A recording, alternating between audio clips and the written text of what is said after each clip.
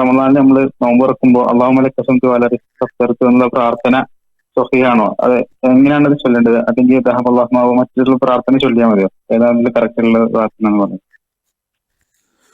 നോമ്പ് തുറക്കുന്നതുമായി ബന്ധപ്പെട്ടിട്ട് ഹദീസിൽ വന്നത് പ്രവാചകൻ സല്ലല്ലാഹു അലൈഹി വസല്ലമ പഠിപ്പിച്ച പ്രാർത്ഥന സ്വഹീഹായി വന്നിട്ടുണ്ട്. ആ പ്രാർത്ഥന ദഹബൽ ലമഉ വബ്തല്ലത്തിൽ ഉറൂഖു വസബത്തൽ അജ്റു ഇൻഷാ അല്ലാഹ്. ഈ പ്രാർത്ഥനയാണ് സ്വഹീഹായി ഹദീസിൽ വന്നിട്ടുള്ളത്. അഥവാ ദഹബൽ ലമഉ എന്ന് പറഞ്ഞ ദാഹം പോയി, ഞരമ്പുകൾ നനഞ്ഞു, അള്ളാഹു ഉദ്ദേശിച്ചാൽ പ്രതിഫലം സ്ഥിരപ്പെട്ടു. ഈ ഒരു പ്രാർത്ഥനയാണ് ഹദീസിൽ നോമ്പ് തുറക്കുന്ന സമയത്തുള്ള പ്രാർത്ഥനയായിട്ട് സ്ഥിരപ്പെട്ടു വന്നിട്ടുള്ളത്.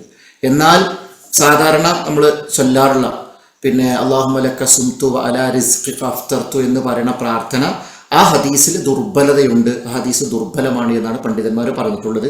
അതുകൊണ്ട് തന്നെ ആ പ്രാർത്ഥന ശരിയായ പ്രാർത്ഥനയല്ല. അങ്ങനെ ഒരു പ്രാർത്ഥന പ്രവാചകൻ സല്ലല്ലാഹു അലൈഹി വസല്ലമയിൽ നിന്ന് സ്ഥിരപ്പെട്ടു വന്ന സനദിൽ ദുർബലതയുള്ളത് കൊണ്ട് തന്നെ അത് നബി പറഞ്ഞ് പഠിപ്പിച്ച പ്രാർത്ഥനയായിട്ട് നമുക്ക് പരിഗണിക്കുക സാധ്യമല്ല. അതുകൊണ്ട് തന്നെ ആ പ്രാർത്ഥനയല്ല നമ്മൾ ചൊല്ലേണ്ടത്. നമ്മൾ നോമ്പ് തുറക്കുമ്പോൾ പ്രാർത്ഥിക്കേണ്ട പ്രാർത്ഥനയായി സ്വഹീഹായ ഹദീസിൽ വന്നത് ദഹബൽ ലമഉ വബ്തല്ലത്തിൽ ഉറൂഖു വസബത്തൽ അജ്റു ഇൻഷാ അല്ലാഹ് എന്ന പ്രാർത്ഥനയാണ്. ആ പ്രാർത്ഥനയാണ് നമ്മൾ ചൊല്ലേണ്ടത് ഇൻഷാ അല്ലാഹ്. അത് നമ്മൾ നോമ്പ് തുറന്ന ഉടനെയാണ് ചൊല്ലേണ്ടത്. നമ്മളിപ്പോൾ കാരക്ക തിന്നുകയാണെങ്കിൽ അത് തിന്ന് അത് നമ്മൾ ഫസ്റ്റ് തന്നെ വായിലേക്ക് ഇറങ്ങിക്കഴിഞ്ഞാൽ ഉടനെ ആണ് ഈ പ്രാർത്ഥന ചൊല്ലേണ്ടത്. അല്ലാതെ ഭക്ഷണം മുഴുവൻ കഴിച്ചു കഴിഞ്ഞിട്ടല്ല. നോമ്പ് തുറക്കുന്ന ആ ഒരു നനവ് നമ്മുടെ ശരീരത്തിലൂടെ തൊണ്ടയിലൂടെ ഇറങ്ങിക്കഴിഞ്ഞാൽ ഉടനെ ഈ പ്രാർത്ഥന ചൊല്ലുകയാണ് ചെയ്യേണ്ടത് എന്നതാണ് അതുമായി ബന്ധപ്പെട്ട് പരിശോധിക്കുമ്പോൾ മനസ്സിലാക്കാൻ സാധിച്ചിട്ടുള്ളത്. വല്ലാഹു തആല അഅലം.